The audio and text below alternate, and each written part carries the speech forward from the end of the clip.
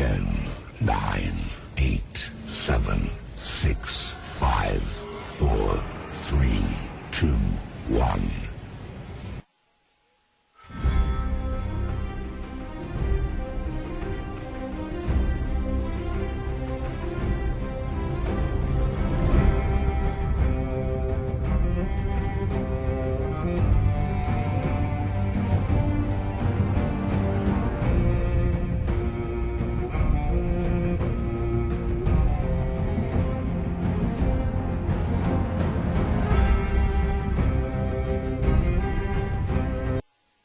Good morning and welcome to hptv News for Friday, April 28th, 2017. I'm Justina. And I'm Justin. We'll be back with today's news in just a moment, but first, please stand for the Pledge of Allegiance.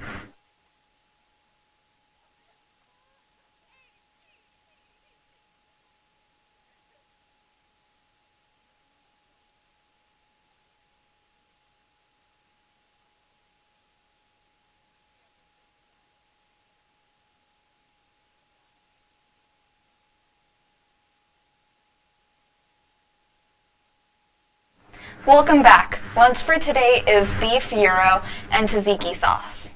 Breakfast for Monday will be a sausage, egg, cheese muffin, or omelet, toast, and tots.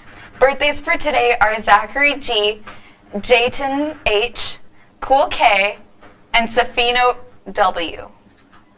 Congrats to all the students of the month, March and April, who got to enjoy this breakfast this morning. Wizard of Oz rehearsal, drama with Mrs. Ricardo from 2:45 to 4:30 in the Commons. Run Act 1 off book with full cast, music as we can. Backup line rehearsal from Thursday. Hey Hawks, did you know next week is Teacher Appreciation Week? It's your chance to thank all your teachers for all that they do. Ivers is also giving you a chance to nominate your favorite teacher from Teacher of the Year. Pick up a nomination from Student Services or from Mr. Entler in West 116. All forms are due by May 19th. The winning teacher receives $500 gift certificate for class supplies. On Wednesday, our Hawks traveled to Briar Terrace for a track meet against the Bulldogs in less than the ideal weather conditions. HP overcame the bad weather on their way of 241 to 177 win. Track stars of the meet were 7th grade girls, Isabel Tover. First place from 100 meters, first in high jump and second in hurdles. 7th grade boys, Kai Bailey, first in the 800 meters, first in long jump, and first in the 4x4 relay. 8th grade girls, Liz Bingham, first in the mile, first in the hurdles, second school record of 17.28 seconds. First place in the 4x400 relay. Vaughn Shornack, first in the high jump and first in discus. Hey guys, the Unsung Hero Award is going to Mauricia Lott. First place in shot put, and she finished her leg in the 4x4 with a fractured foot. That's amazing. Relay of the meet going to 8th grade girls 4x400 who took 19 seconds off their time from last week. Good job. Okay. Hey Hawks, as we warm up for the month of April and Autism Awareness Month, we wanted to share the last story on our local news about our very own Dylan McCoy up in Mr. Day's class. That's all the news for today. Have a great day, Hawks! Kids in the U.S. are diagnosed with autism, and it's really a statistic that is going in the wrong direction. Now, tonight, you are going to meet 3 families raising kids on the spectrum, and although we don't know what causes autism, we do know that with the right support, there can be hope. There is no such thing as a typical day for Jen McCoy, mom to 9-year-old Sydney and 13-year-old Dylan. My eyes are back to normal? They are back to normal. Can I finish what I'm doing? Yeah. Okay, let's be quiet now, okay? Sorry. So welcome to life on the spectrum. Both Dylan and Sydney were diagnosed with autism at an early age. Sydney is high functioning in a normal classroom at school and has overcome many of the challenges with her diagnosis. Dylan is more severely impacted. Yeah. He falls in under classic autism. He hits 9 out of 10 of the DSM Diagnostic criteria, I'm very fortunate. He doesn't have seizures. Doctors told Jen Dylan would never speak, feed himself, or use the bathroom alone. And therapy is often out of reach. We have the heart, we have the drive to, you know, make things better, but a lot of times it's money. Things aren't free. And I mean, that's the worst part of it. Harvard researchers estimate it costs more than $17,000 a year to care for a child on the spectrum. That's where the Schneiders come in. Seahawks general manager John Schneider and his wife Tracy know the struggles families face raising kids on the spectrum. Their oldest son, Ben, was diagnosed with autism at 3 years old. Obviously, when Ben was diagnosed, that instantly became our life's cause. They can't tell you how they're feeling or what they need. We became really good detectives, you know, because we would try to read all of Ben's cues because he couldn't communicate with us. Recognizing the financial burden of raising kids on the spectrum, the Schneiders started Ben's Fund in 2012 in partnership with Families for Effective Autism Treatment, or FEAT. To date, they've raised more than $2 million, helping provide 1,100 grants to families across Washington. We knew we wanted to make a serious dent in the autism community and for the parents and for the kiddos. Whether it's communication or sensory or just pure awareness, I mean, those are the three biggest things. And then being able to let people know that there is hope. That hope came in many forms for the Martin family. Glenn and Kevin Martin are raising 3 boys on the autism spectrum. I didn't want to believe it in the beginning that, you know, they were on the spectrum, so it just took me a little bit longer for, you know, to deal with it.